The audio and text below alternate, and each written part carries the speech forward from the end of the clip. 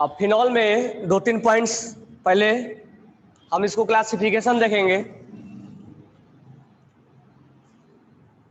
Write down classification. पहला इसमें monohydric phenol. आ जाओ, monohydric phenol. Monohydric phenol, phenol में स्टार्ट कर रहे हैं। क्लासिफिकेशन में मोनोहाइड्रिक फिनॉल।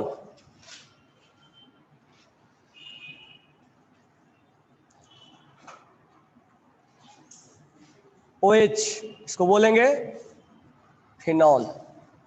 अगर यहां पर CH3 लग गया, इसका आईपीएससी नेम क्या होगा? अगर CH3 लग गया तो आईपीएससी नेम बताओ, इससे क्या होगा? What is IPSC name? IPSC name क्या होगा?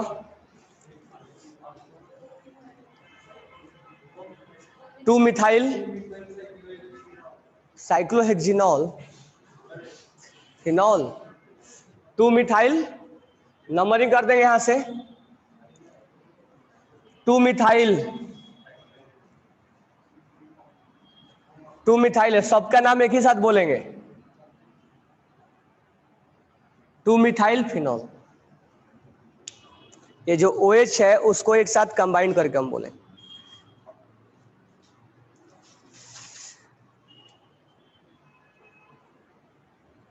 Two methyl phenol.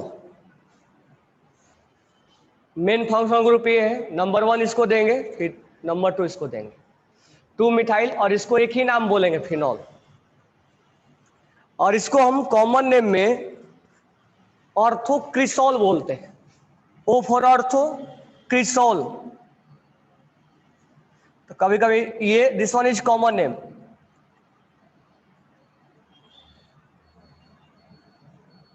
ऑर्थोक्रिसॉल।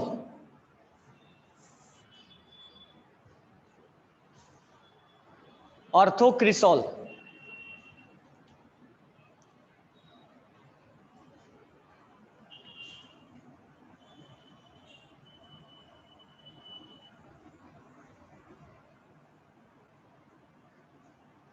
इसका नोमेनक्लेचर क्या होगा? आईपीएससी नोमेनक्लेचर क्या होगा इसका?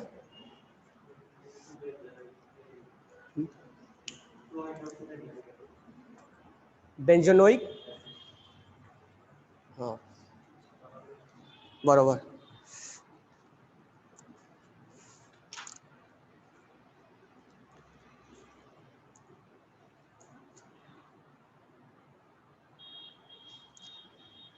क्या होगा इसका नाम?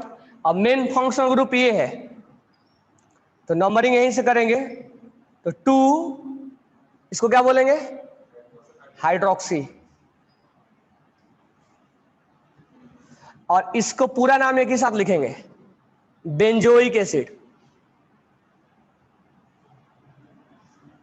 बेंजोनोइक एसिड। 2-हाइड्रोक्सी, क्योंकि this one is main functional group. और इसको हम इस बेंजीन के साथ एक ही बार नाम लिखेंगे, two hydroxy benzoic acid. Common name क्या होगा इसका? कॉमन नेम क्या होगा? Salicylic acid. लिख लेना।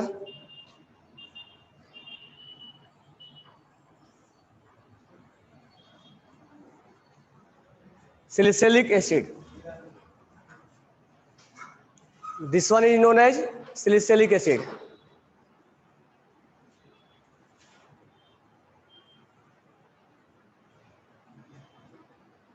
इनको हम मोनोहाइड्रिक फिनॉल में रखते हैं, मोनोहाइड्रिक फिनॉल में।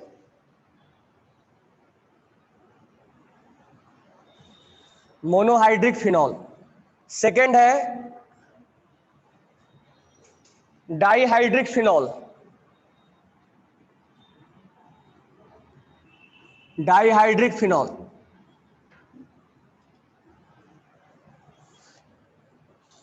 Dihydric phenol.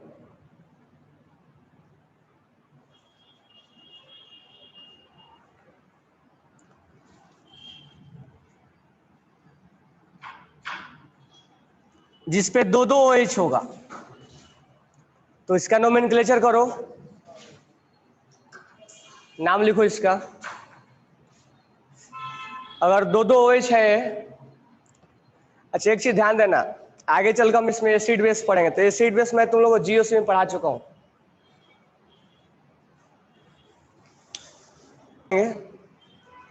तो इसका नाम लिखो, नोमेनक्लेचर, IPSC नोमेनक्लेचर लिखो।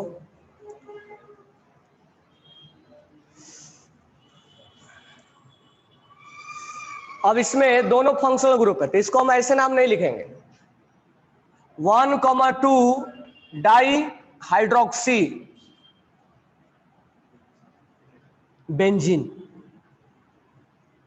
इसमें ऐसा नहीं बोलेंगे कि एक फिनॉल मान लेंगे और एक को फिनॉल नहीं मानेंगे, ऐसा नहीं मानेंगे।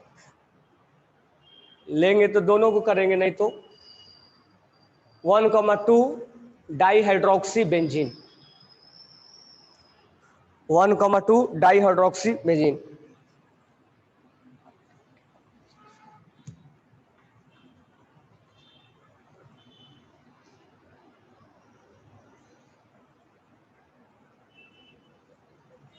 अगर मान लो यहां पर रहेगा तो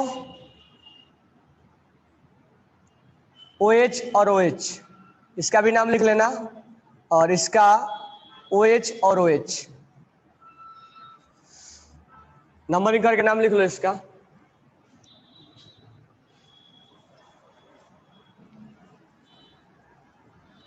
क्यूनॉल, इसको क्यूनॉल बोलते हैं। तो जो फेमस नेम है नोमेनक्लेचर का वो मैं लिखवा रहा हूं, ठीक है। जैसे क्रिसोल ये आता है, सिलिसिलिक एसिड ये भी आता है,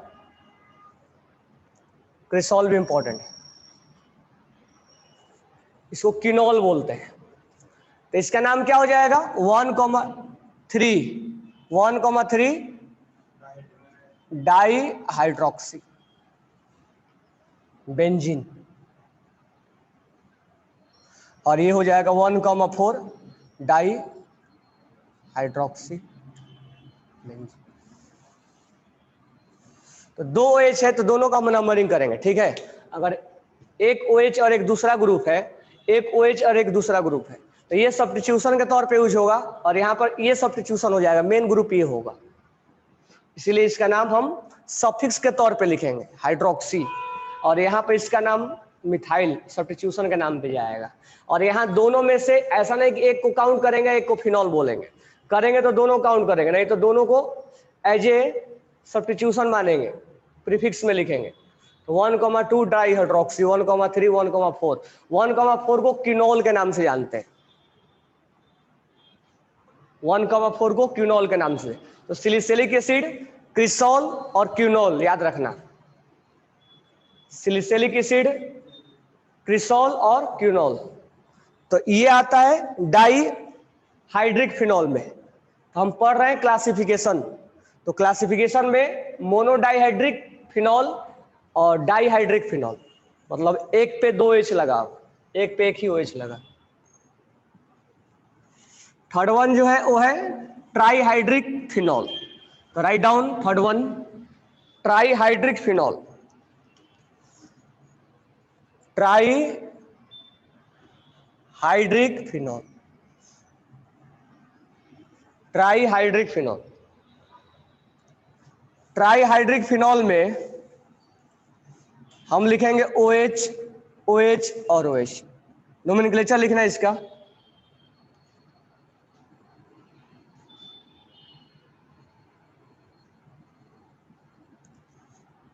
इसका कॉमन नेम है पायरोगैलोल,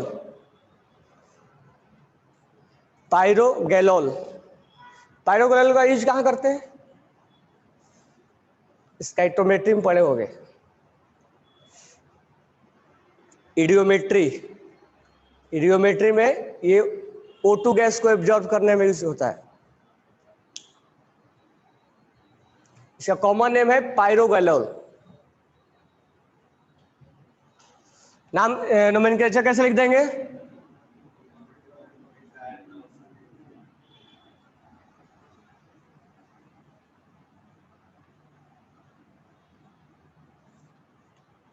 वन 2,3 स्नेहा, हाइड्रोक्सी बेंजीन।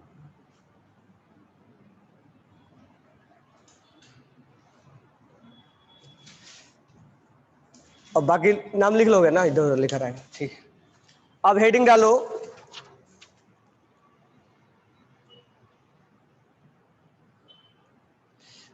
तो नोमेनक्लेचर इसमें तो बताने की जरूरत नहीं है। अब हेडिंग डालना, preparation of phenol, preparation of phenol,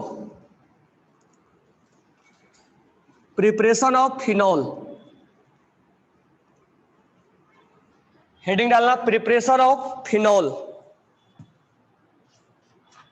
preparation of phenol. पहला है काउ प्रोसेस, काउ नहीं है, डाउ है, डाउ process, this one is important, डाउ प्रोसेस। तो डाउ प्रोसेस में हम फिनॉल कैसे बनाएंगे?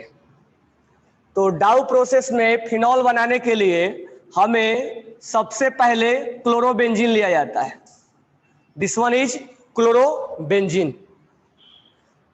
क्लोरोबेंजीन में यहां पर हम रिएक्शन करवाते हैं NaOH का, NaOH का, और इसमें जो टेम्परेचर और प्रेशर होता है 350 डिग्री सेल्सियस टेम्परेचर होता है और 300 ATM प्रेशर लिया जाता है, 300 ATM प्रेशर लिया जाता है। जब sodium hydroxide as a base attack होता है, अभी मैकेनिज्म हम अलग से देखेंगे, तो यहां पे बनता है ONA, सॉल्ट बनता है जिसका नाम है सोडियम फिनोऑक्साइड, सोडियम फिनोऑक्साइड, इसको बोलते हैं सोडियम, अगर यहां पे माइनस रहेगा ना तो इसको फिनोऑक्साइड बोलते हैं। अगर सोडियम है तो इसको नाम हम सोडियम फिनोऑक्साइड लिखते हैं, सोडियम फिनोऑक्साइड। अब जब सोडियम फिनोऑक्साइड में डाइल्यूटेड HCl के साथ रिएक्शन करवाया जाता है तो ये फिनॉल बनता है। तो हम अभी मैकेनिज्म इसका देखेंगे कि मैकेनिज्म क्या हो रहा है, बट ये रिएक्शन 2 स्टेप में फॉलो हुआ। पहले हमने क्लोरोबेंजीन से, this one is chlorobenzene, chlorobenzene, chlorobenzene से NaOH बेस है, हाई टेम्परेचर हाई प्रेशर के प्रेजेंस में हम इंटरमीडिएट में सोडियम फिनोऑक्साइड बनाते हैं और आफ्टर दैट डाइल्यूशन HCl का करा के हम यहां पर फिनॉल का फॉर्मेशन करते हैं। तो इस प्रोसेस को बोलते हैं डाउ प्रोसेस, लेकिन this one is very very important process. अब ये इसका मैकेनिज्म इंपॉर्टेंट है, तो हम इसका मैकेनिज्म देख रहे हैं कि मैकेनिज्म कैसे बनता है। तो पहले डायरेक्ट प्रोडक्ट लिख लिए, अब प्रोडक्ट लिखने के बाद अब हम हेडिंग डालना मैकेनिज्म, अब हम लिखेंगे मैकेनिज्म, हेडिंग डालना मैकेनिज्म।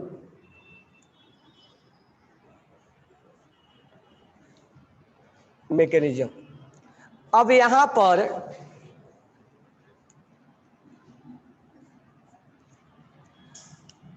पर NaOH है, तो यहां से मिलेगा Na+ और OH माइनस, ठीक है, Na+ और OH माइनस। तो OH माइनस इस रिंग पर तो अटैक करेगा नहीं, क्योंकि रिंग के लिए न्यूक्लियोफाइल जल्दी अटैक नहीं करता है। रिंग पे न्यूक्लियोफाइल अटैक करने के लिए, ये भी रिंग इलेक्ट्रॉन रिच है, भी इलेक्ट्रॉन रिच है, कैसे अटैक करेगा? उसके लिए यहां पर क्या लगा होना चाहिए? इलेक्ट्रॉन विड्रॉइंग ग्रुप लगा होना चाहिए, तब हम रिंग के ऊपर अटैकिंग के बारे में सोचते हैं। देखो इलेक्ट्रोफाइल का अटैक हो जाता है, क्योंकि इलेक्ट्रोफाइल का अटैक इसलिए हो जाता है क्योंकि ये इलेक्ट्रॉन रिच होता है, इलेक्ट्रॉन डिफिशिएंट होता है, लेकिन वहीं पर इलेक्ट्रॉन डिफिशिएंट का अटैक हम जल्दी नहीं सोचते, ये नॉर्मल केस में नहीं होगा जब तक इस पे इलेक्ट्रॉन डिफिशिएंट ग्रुप नहीं लगा रहेगा, NO2 Cl। अब यहाँ एक NO2 लगा होता ना तो इसको हटा के और ये OH यहाँ जुड़ गया होता। एक रिएक्शन में तुम लोग को बेंजीन वाला में ऐसा बताता भी था कि जब तक इस पे ज्यादा इलेक्ट्रॉन विड्रॉइंग ग्रुप नहीं लगा रहेगा तब तक इस OH- का हम अटैक नहीं सोच सकते, और इसको OH का हटा दो, Cl को हटा दो और यहाँ पर लगा दो OH, तो ये बहुत ज्यादा -m से इलेक्ट्रॉन्स इसको डीएक्टिवेट करता है, इलेक्ट्रॉन्स की कमी करवाता है, और जब कमी करवाता है तो इस पर अटैक करने में कोशिश कामयाब हो जाता है। लेकिन एक न्यूक्लियोफाइल का अटैक हम रिंग पे एक नॉर्मल केस में नहीं सोच सकते।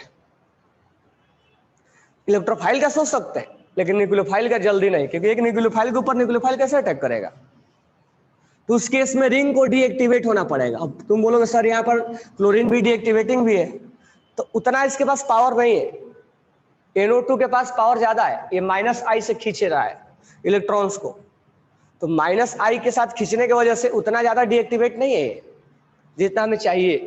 तो उसके लिए यहां पर हम एज ए इलेक्ट्रोफाइल न्यूक्लियोफाइल का अटैक कभी नहीं सोच सकते, क्योंकि यहां पर ये न्यूक्लियोफाइल है ही नहीं। अगर इलेक्ट्रॉन डिफिशियंसी सोचोगे तो ये कार्बन पार्शियल पॉजिटिव जरूर है, लेकिन उतना पार्शियल पॉजिटिव नहीं है कि इस पे अटैक कर पाए। तो यहां पर एज ए इलेक्ट्रोफाइल न्यूक्लियोफाइल का अटैक कभी मत सोचना। कब सोचना है? जब बहुत ज्यादा डीएक्टिवेटिंग हो, जब NO2 वगैरह लगा रहेगा, वो बहुत हाईली डीएक्टिवेट कर देता है, यहाँ से इलेक्ट्रॉन्स को लेकर ऊपर चला जाता है, तो ये अटैक करने में कामयाब हो जाता है। तो यहां पर OH- का अटैक एज ए न्यूक्लियोफाइल नहीं सोचेंगे। कैसे सोचेंगे? As a base.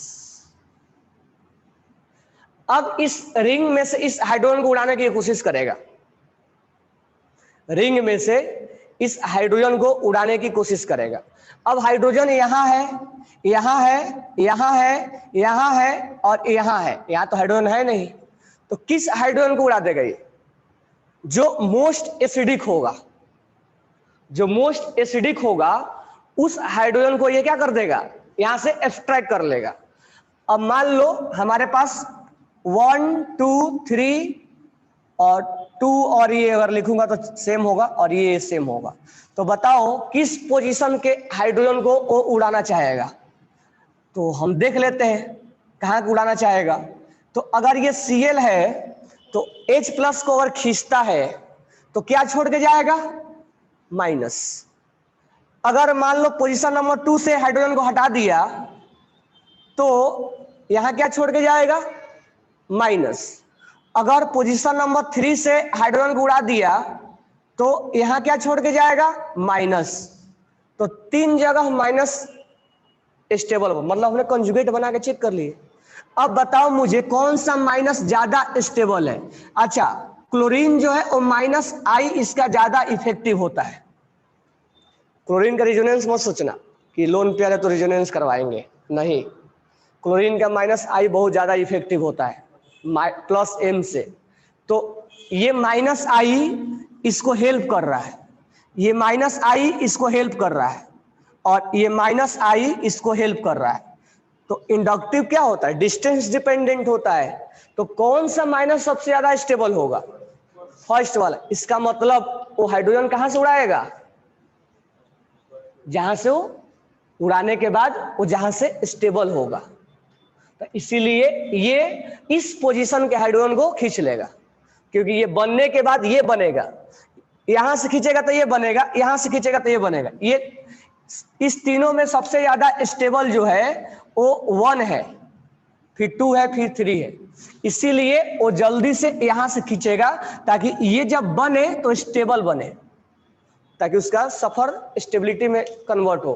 तो ये यहां से यहां जल्दी जाना चाहेगा, क्योंकि कन्वर्ट होने के बाद अपने आप में क्या फील करेगा? स्टेबिलिटी, इसलिए जल्दी से कन्वर्ट हो जाएगा इसमें। समझ में आया क्या? तो पहला पॉइंट तो हमारा ये हुआ कि OH एज ए बेस ही अटैक क्यों हम सोच रहे हैं, क्यों नहीं हम एज ए न्यूक्लियोफाइल सोच रहे हैं? उसका लॉजिक समझ में आ गया क्या है? क्योंकि एक इलेक्ट्रॉन रिच के ऊपर एक न्यूक्लियोफाइल का अटैक हम नहीं सोच सकते। ये बात क्लियर है? यहां पर अगर सोच तब सकते थे जब यहां पर डीएक्टिवेटिंग लगा रहता, NO2 अगर लगा रहता है। ऐसा हमने रिएक्शन करवाया है, ऐसा नहीं कि न्यूक्लियोफाइल बेंजीन पे अटैक नहीं करता, करता है, लेकिन उसके लिए कंडीशन है, यहां पर बहुत ज्यादा डीएक्टिवेटिंग ग्रुप लगा होना चाहिए ताकि इलेक्ट्रॉन्स को खींच के लेके जाए और यहाँ इलेक्ट्रॉन्स की कमी करवाए तो ये अटैक मार लेगा। तो वो कंडीशन तो है नहीं, यहाँ तो क्लोरोबेंजीन है, तो इस केस में हम एज ए न्यूक्लियोफाइल अटैक नहीं करवा सकते। पहला क्वेश्चन क्लियर हो गया। अब तो जब एज ए बेस अटैक करेगा तो इस किस हाइड्रोजन को एक्सट्रैक्ट करने की कोशिश करेगा? तो हाइड्रोजन नंबर 1 को एक्सट्रैक्ट करने की कोशिश करेगा। क्यों? क्योंकि अगर हाइड्रोजन 1 को एक्सट्रैक्ट करता है तो नेगेटिव यहां क्रिएट होगा, यहां होगा और यहां होगा। ये -I दिखा रहा है, यानी इलेक्ट्रॉन्स खींच के इसको हेल्प कर रहा है, और -I डिस्टेंस डिपेंडेंट होता है, तो ये सबसे पास वाले को ज्यादा स्टेबल करेगा। तो यहां से किस हाइड्रोजन को जल्दी, हालांकि सब यहां से यहां जाने में सब अनस्टेबल है, लेकिन उनमें से जो स्टेबल होगा वो जल्दी से सफर तय कर लेगा। तो यहां से यहां जाना वो जल्दी सफर तय करेगा क्योंकि ये स्टेबल बन रहा है। तो दूसरा हमारा क्वेश्चन ये है कि किस हाइड्रोजन को एक्सट्रैक्ट करेगा? तो हमारा आंसर है हाइड्रोजन नंबर 1 को एक्सट्रैक्ट करेगा, क्योंकि यहां पर 2 और 3 से ज्यादा स्टेबिलिटी आएगा। तो ध्यान रखना, 2 क्वेश्चन कि एज ए बेस ही क्यों अटैक किया, और जब बेस अटैक किया तो इस हाइड्रोजन को क्यों रिलीज एक्सट्रैक्ट किया। अच्छा, ये और ये हाइड्रोजन सेम है, तो अब ये माइनस रिंग के ऊपर तो स्टेबल होता नहीं है, तो उसी समय क्या बोलेगा क्लोरीन कि हम यहां से छोड़ के अब जा रहे हैं। क्लोरीन बोलेगा हम यहां से छोड़ के जा रहे हैं। क्यों? क्योंकि ये रिंग क्या है, अनस्टेबल है, तो क्लोरीन को जाना पड़ेगा। नॉर्मल केस में वो नहीं जा रहा था, तो क्लोरीन जब जाएगा तो क्या छोड़ के जाए, क्या लेके जाएगा? दोनों इलेक्ट्रॉन्स लेके जाएगा। तो क्या छोड़ के जाएगा? तो इस पॉजिटिव और इस नेगेटिव में क्या बन जाएगा? बॉन्ड बन जाएगा, और इसी को बोलते हैं बेंजाइन। ट्रिपल बॉन्ड बन गया, that is known as benzyne, YNE। Triple bond का फॉर्मेशन हुआ है। इतना मैकेनिज्म समझ में आया? अब तुम बताना कि कितना यूनिट बेस का यूज हुआ है। तो अभी हम 1 यूनिट यूज कर लिए, क्या करने में? इस हाइड्रोजन को एक्सट्रैक्ट कराने में। ये OH- इस हाइड्रोजन को एक्सट्रैक्ट कर लिया, खींच लिया, तो 1 यूनिट यूज हुआ है। अब बन गया बेंजाइन। तो बेंजाइन भी बहुत ज्यादा स्टेबल नहीं होता है। अब क्या होगा? अब इसके अंदर OH है, अब इसके अंदर OH है। अब होगा क्या? अब इस OH का अटैक अब बेंजाइन के ऊपर हो जाता है। बेंजाइन क्योंकि ये भी अनस्टेबल है, तो बेंजाइन के ऊपर अटैक हम सोच सकते हैं इस OH- का। एज ए बेस नहीं करेगा, एज ए न्यूक्लियोफाइल करेगा। अच्छा, ये कार्बन 4 बॉन्ड बनाया है, हाइड्रोजन नहीं है यहाँ पे, हाइड्रोजन नहीं है यहाँ पे, तो बेंजाइन के ऊपर OH का अटैक हम सोच सकते हैं। तो क्या होगा इसके अंदर? यहां पर बॉन्ड तोड़ेंगे तो यहां प्लस होगा, यहां माइनस होगा, लेकिन बेंजाइन बनने के बाद ये काम होगा। ये मत सोचना कि सर यहीं पर अटैक करवा देते, नहीं। ये बेंजाइन बनने के बाद यहां पे प्लस लगा देंगे और यहां माइनस लगा देंगे, तो यहां माइनस, इस डबल बॉन्ड को हमने तोड़ दिया, तो यहां प्लस और यहां माइनस, कहीं भी लगा सकते हो प्लस माइनस, क्योंकि कोई ग्रुप तो लगा नहीं है, तो इसमें हमें कोई आर्गुमेंट तो करना नहीं होगा सर यहाँ प्लस क्यों यहाँ माइनस क्यों, क्योंकि सब सिमिलर टाइप का है। ये OH हो गया। अच्छा, एक चीज और ध्यान देना, यहाँ पर हाइड्रोजन नहीं था, क्योंकि 4 बॉन्ड है तो इसी ने बनाया था, ये भी हाइड्रोजन नहीं है। अब होता क्या है, यहां पर इसको स्टेबलाइज करने के लिए ये हाइड्रोजन इसके पास चला आता है, ये हाइड्रोजन इसके पास चला आता है क्योंकि माइनस है, तो हाइड्रोजन जब आएगा तो H प्लस बन के आता है, तो यहां हो जाएगा O माइनस और यहां पर लग जाएगा हाइड्रोजन। तो यही रिएक्शन में फिनो ऑक्साइड के नाम से हम जानते हैं, फिनो ऑक्साइड। और यही इंटरमीडिएट में बोला जाता है, पूछा जाएगा कि दो प्रोसेस के इंटरमीडिएट में क्या बना, तो इन दो प्रोसेस के इंटरमीडिएट में फिनो ऑक्साइड बनता है। और इसके ऊपर और भी अगर हम सोचेंगे तो सोडियम प्लस का अटैक करवा सकते हैं, और ये भी चाहे तो हम बोल सकते हैं कि यहाँ पर ONA है। इसीलिए तुम देखोगे पहला स्टेप में सोडियम फिनो ऑक्साइड हम बना रहे थे, तो इसीलिए बोला था कि इंटरमीडिएट में सोडियम फिनो ऑक्साइड का फॉर्मेशन होता है। तो इन इंटरमीडिएट सोडियम फिनो ऑक्साइड या फिनो ऑक्साइड विल फॉर्म, इस बात को लिख भी लेना। अच्छा, यहां OH का दूसरा यूनिट यूज हुआ है,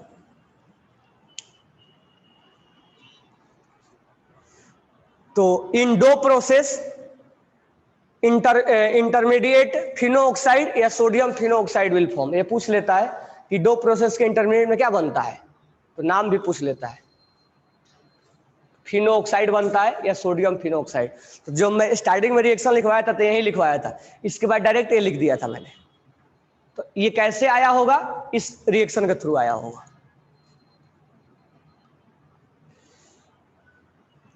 अब लास्ट में बस रह गया है, इसके ऊपर हम क्या करते हैं, डाइल्यूट HCl का यूज करवाते हैं। HCl क्यों लिया गया है, ताकि H प्लस इसको प्रोवाइड किया जाए और इस सोडियम को हटा के वहां H लाया जाए। तो H प्लस का अमाउंट ज्यादा होने की वजह से, एसिडिक नेचर होने की वजह से इस H प्लस को हटा देता है, क्योंकि ये सॉल्ट के जैसा हो गया ना, और ये H प्लस यहाँ चला आता है। इस तरह से हमारा फिनॉल बन जाता है।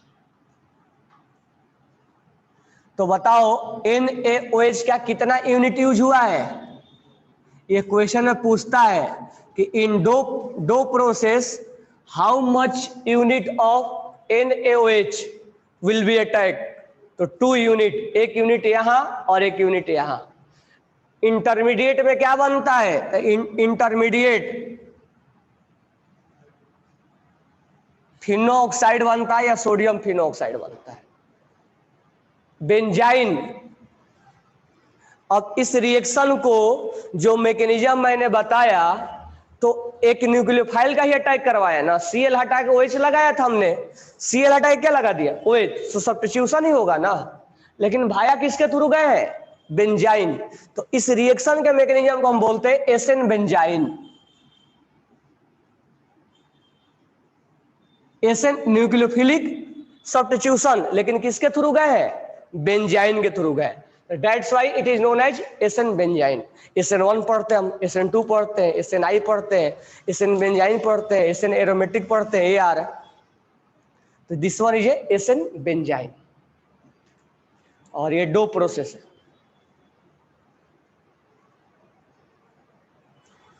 तो क्लोरोबेंजीन से हमने फिनॉल बनाया। चलो लिख लिए होगे इसको। अब थोड़ा सा ग्रिग्नार्ड से बनाते हैं, तो write down from Grignard reagent, from Grignard reagent,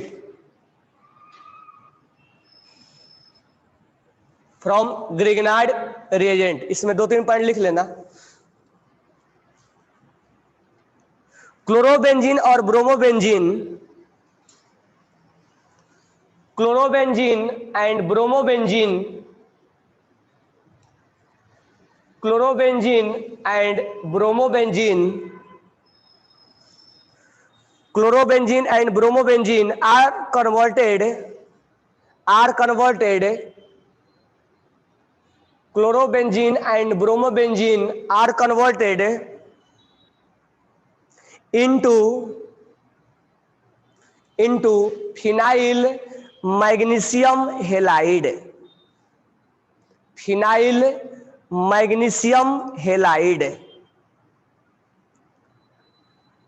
are converted into phenyl magnesium halide in presence of dry ether, in presence of dry ether,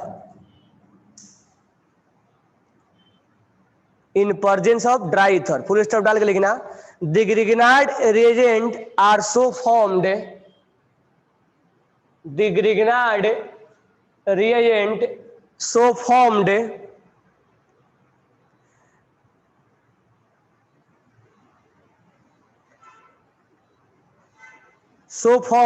react with oxygen, react with oxygen, react with oxygen, and by hydrolysis, and by hydrolysis, and by hydrolysis it form phenol, it form phenol. तो पहले chlorobenzene लिखो या bromobenzene लिख लो, पहले bromobenzene लिखो, bromobenzene का reaction करवाओ किसके साथ, Mg के साथ, पहला हमें ग्रिग्नाइड रिएजेंट बनाना है, तो ब्रोमोबेंजीन का रिएक्शन करवाओ Mg के साथ, तो हम ब्रोमोबेंजीन लिख दिए, हमें ग्रिग्नाइड के साथ पढ़ रहे हैं, तो पहले हम ग्रिग्नाइड रिएजेंट तैयार करेंगे, तो इसका हम रिएक्शन Mg के साथ ड्राई ईथर में कर देंगे। Dry ether as a solvent होता है, ये रिएक्शन नहीं कर पाता है, तो यहां से हम बनाते हैं, यहाँ MgBr बना देंगे, तो this one is a Grignard reagent MgBr, तो ये R हो गया RMgX, तो this one is Grignard reagent, this one is Grignard reagent. अब इस ग्रिग्नाइड रिएजेंट का हम रिएक्शन करवाएंगे ऑक्सीजन के साथ, जब ऑक्सीजन के साथ रिएक्शन करवाते हैं तो ये बन जाता है OMgBr, OMgBr, और ये OMgBr का रिएक्शन अगर हम हाइड्रोलाइसिस करवा दें, हाइड्रोलाइसिस, तो ये OMgBr है, ठीक है। यहां पर क्या है, तो यहां पर अगर हम हाइड्रोलाइसिस करवाते हैं तो यहां पर OMgBr हट जाएगा और इसके जगह पर लग जाएगा OH, तो हमारा फिनॉल बन जाता है। तो ब्रोमोबेंजीन हो या क्लोरोबेंजीन हो, पहले हमें ग्रिग्नाइड रिएजेंट बनाना पड़ता है, और ग्रिग्नाइड रिएजेंट के ऊपर हम ऑक्सीजन का रिएक्शन करवाते हैं, तो OMgBr बनेगा, और after hydrolysis it form phenol.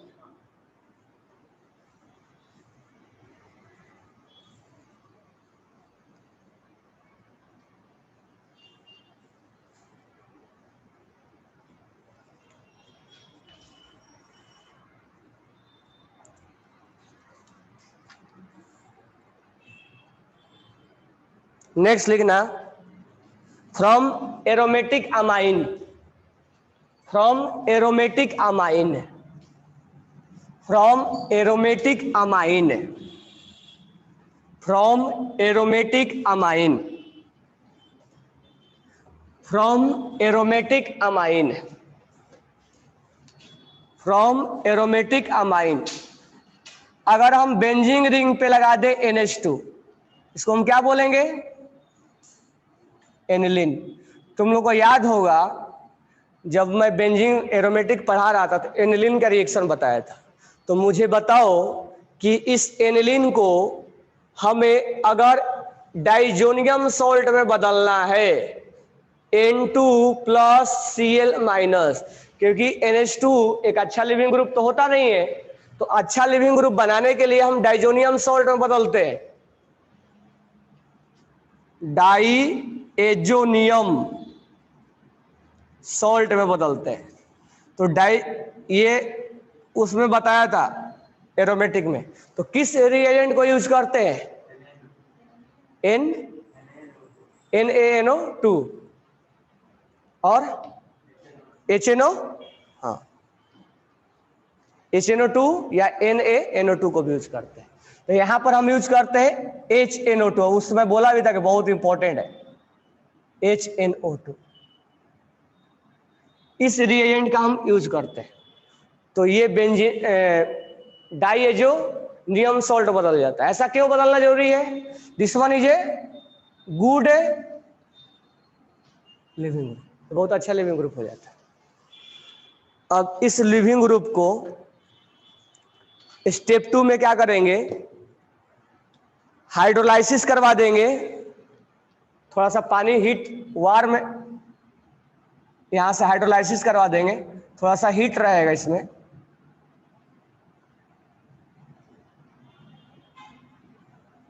अब ये अच्छा लिविंग ग्रुप है तो यहां से OH माइनस इसके ऊपर अटैक मार लेगा और ये बाहर सिस्टम से बाहर चला जाएगा, क्योंकि एक अच्छा लिविंग ग्रुप बन चुका है, तो जल्दी बाहर जाना चाहेगा और इस तरह से हम फिनॉल बना लेते हैं। तो एनिलीन को फिनॉल में कन्वर्ट करना है तो देखना वहां पर रिएक्शन एरोमेटिक में भी लिखवाया हुआ है। एनिलीन को अगर फिनॉल में कन्वर्ट करना है तो हमें पहले डाइजोनियम सॉल्ट में बदलना पड़ेगा, और डाइजोनियम सॉल्ट में बदलने के लिए HNO2 का यूज किया जाता है। उसके बाद हम हाइड्रोलाइसिस करवा देंगे तो हमें फिनॉल में कन्वर्ट हो जाता है। तो 3 तरीके बताया हमने, 2 प्रोसेस में एसएन बेंजाइन जाता है और ग्रिग्नार्ड, तो ग्रिग्नार्ड वाला तो आसान है, Mg से MgBr बना के ऑक्सीजन से OMgBr, फिर हाइड्रोलाइसिस करवा दो और एनिलीन को कन्वर्ट कर दो डाइजोनियम सॉल्ट में, और आफ्टर डाइजोनियम सॉल्ट, क्योंकि अच्छा लिविंग ग्रुप है, जल्दी से हट जाएगा और OH लग जाएगा, यहां से फिनॉल बन जाता है।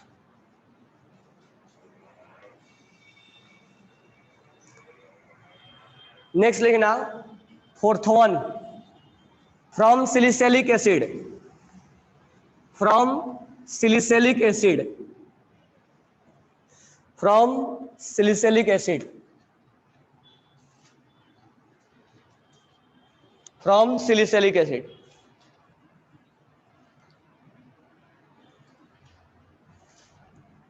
इसमें लिख लेना सिलिसैलिक एसिड का फॉर्मूला अभी बताया था, OH और COH। तो इसमें हमें फिनॉल बनाना है, ऑलरेडी फिनॉल बना हुआ है, तो हमें क्या करना होगा, इसको बाहर निकालना, CO2 डिकार्बोक्सिलेशन, CO2 को बाहर निकालेंगे। तो एल्कीन में हम बहुत रिएक्शन को करते थे।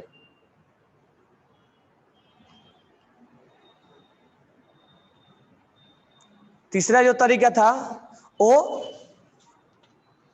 फ्रॉम एरोमेटिक अमाइन, ये जो 3rd वन बताया था एरोमेटिक अमाइन से, यानी एनिलीन, अमाइन किसको बोलते हैं, NH2 लगा होता है, तो एरोमेटिक रिंग पे NH2 लगा हुआ, तो अमाइन बोलेंगे उसको, ठीक है। तो सिलिसैलिक एसिड से इसमें लिख लेना phenol can be prepared, phenol can be prepared, phenol can be prepared by decarboxylation, phenol can be prepared by decarboxylation.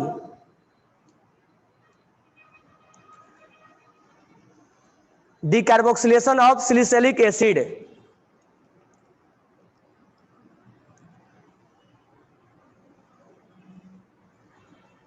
in the presence of soda lime, in the presence of soda lime, soda lime, NaOH और CO।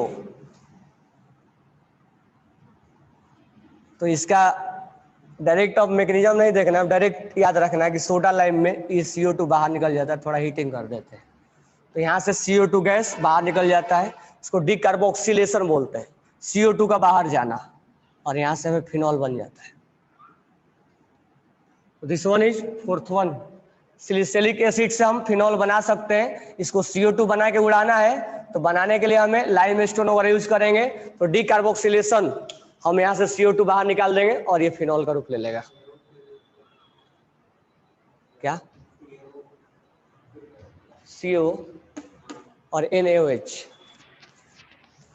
Soda lime, यही तो decarboxylation का वो reagent, याद रखना, decarboxylation करवाना है ना तो सोडा लाइम यूज किया जाता है। ये 3-4 बार आ चुका है। सोडा लाइम का यूज कराना CO2 को बाहर निकालने में, इसका मैकेनिज्म भी बताया था मैंने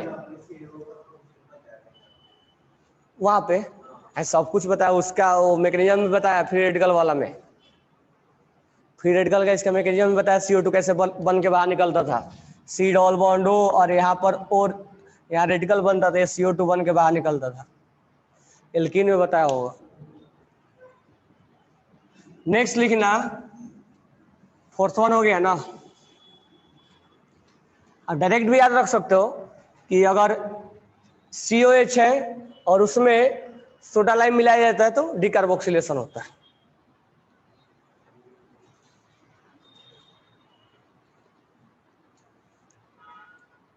नेक्स्ट लिखना, फ्रॉम बेंजीन सल्फोनिक एसिड,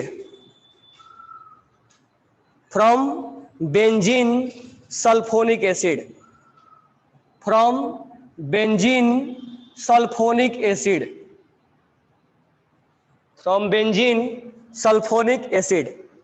पहले लिखना, अब लिखना मत, पहले देख लो, 1-2 पॉइंट लिखवाएंगे, पहले देख लो। यहाँ पे अगर यहाँ पर कंसंट्रेटेड H2SO4 यूज किया जाता है तो तुम लोग को याद है nitration, sulphonation, Friedel craft alkylation, Friedel Crafts acylation, उसमें इलेक्ट्रोफाइल बना के अटैक करवाया जाता था। नाइट्रेशन में कंसंट्रेटेड HNO3 और H2SO4 लिया जाता था, इसमें कौन सा इलेक्ट्रोफाइल बनता था? और कंसंट्रेटेड H2SO4 में HSO3 प्लस, कहीं कहीं बुक में SO3 प्लस भी लिखता है, SO3, तो इस पे कहीं ये भी लिखता है कभी ये भी लिखता है, तो इसको सल्फोनेशन बोलते हैं और इसको नाइट्रेशन बोलते हैं। इसको हम नाइट्रेशन बोलेंगे, इसको हम सल्फोनेशन बोलेंगे, ठीक है। तो इस पे रिएक्शन करो तो यहां पर लिखा रहेगा H2SO4 या फ्यूमिंग H2SO4 या ओलियम भी लिखा रहता है। ओलियम का फॉर्मूला H2H2, तो ये भी लिखा रहता है। तो ये मेनली सल्फोनिक एसिड बनाने के लिए, बेंजो सल्फोनिक एसिड बनाने के लिए किया जाता है। तो यहां लग जाएगा SO3H, benzo sulphonic acid, benzo sulphonic acid हमने बनाया। तो हमारा हेडिंग क्या था? From benzo sulphonic acid. अब इस बेंजो सल्फोनिक एसिड के ऊपर हम NaOH का अटैक करवाते हैं, ये NaOH as a base attack करेगा। तो अगर हम यहां पर देखें तो S डबल बॉन्ड O और OH और यहां पर एक और ऑक्सीजन हो जाएगा। तो this one is acidic hydrogen, hydrogen यहां भी है लेकिन दिस वन इज एसिडिक। क्यों? क्योंकि इसको जाने के बाद यहां माइनस आएगा और ये माइनस रिजोनेंस के द्वारा डबल सिंगल नेगेटिव स्टेबलाइज हो जाएगा। तो this one is acidic hydrogen, hydrogen इधर भी है लेकिन ये ज्यादा एसिडिक है। तो अगर यह है एसिडिक हाइड्रोजन तो ये OH माइनस इस एसिडिक हाइड्रोजन को क्या कर लेगा? एक्सट्रैक्ट कर लेगा, खींच लेगा, और यहां पर खींचेगा तो यहां माइनस क्रिएट हो जाएगा। माइनस की जगह पे हम प्लस सोडियम को लगा सकते हैं।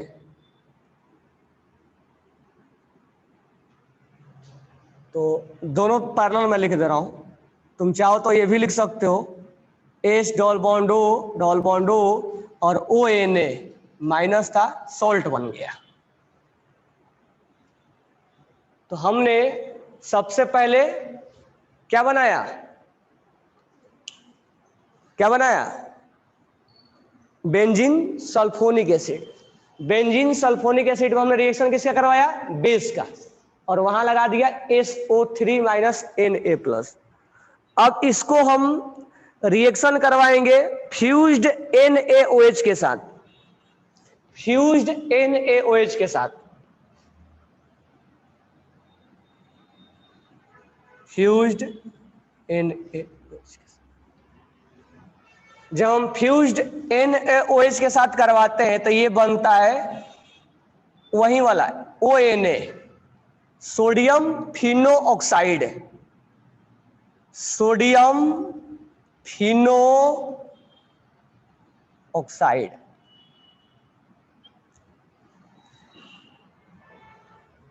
तो सबसे पहले हमने बेंजीन लिया, बेंजीन के ऊपर रिएक्शन हमने करवाया, कंसंट्रेटेड H2SO4 या ओलियम फीमिंग वगैरह दिया जाता है, सल्फोनिक एसिड बना, यहाँ पे हमने बेस की तरह अट्रैक्ट करवाया, यहाँ पर हाइड्रोजन हटा, एज ए बेस अटैक किया, this one is acidic hydrogen,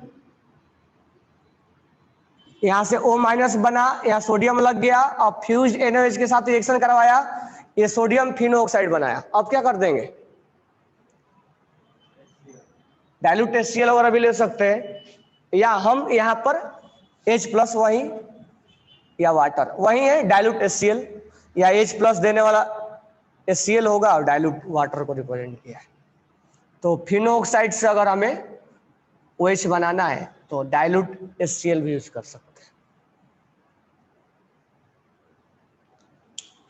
तो ये कौन सा तरीका है, 5वां तरीका है, ठीक है। तो ये 5 तरीके फिनॉल बनाने का हमने बताया, तो इसको देख लेना। और 1-2 तरीका और है इसके, तो कल हम बताते हैं, और कल हम केमिकल रिएक्शन भी स्टार्ट कर देंगे। तो 2 तरीका और रह गया इसके, 2-3 तरीके हैं अभी। एक हम इससे भी बनाएंगे, फ्रीडल का एल्काइलेशन से भी बनाएंगे। उसके बाद हम देखेंगे इसमें एसिडिक प्रॉपर्टी जो वगैरह है तो रिवाइज करवा देंगे, हालांकि ऑलरेडी पढ़ाया हुआ है पहले से ही। तो एक बार ऑर्थो इफेक्ट वगैरह देख के आना, ortho effect, SIR effect, steric inhibition of resonance, ये सब देख के आना, क्योंकि इसमें रेजोनेंस वगैरह उसमें एसिडिक कैरेक्टर पढ़ाना है। उसके बाद हम इसमें इंपॉर्टेंट चीजें आगे देखेंगे, रिएक्शन वगैरह, विलियमसन सिंथेसिस, ये इंपॉर्टेंट है। Okay, thanks to all. एक रायमंड टिमन रिएक्शन इंपॉर्टेंट है, वो नेम रिएक्शन है रायमंड टिमन, जो कि स्टार्टिंग में तुम लोगों को मैं बोलता था कि इंटरमीडिएट में क्या बनता है, कार्बिन, और वो कार्बिन अटैक करता है। Okay, thanks.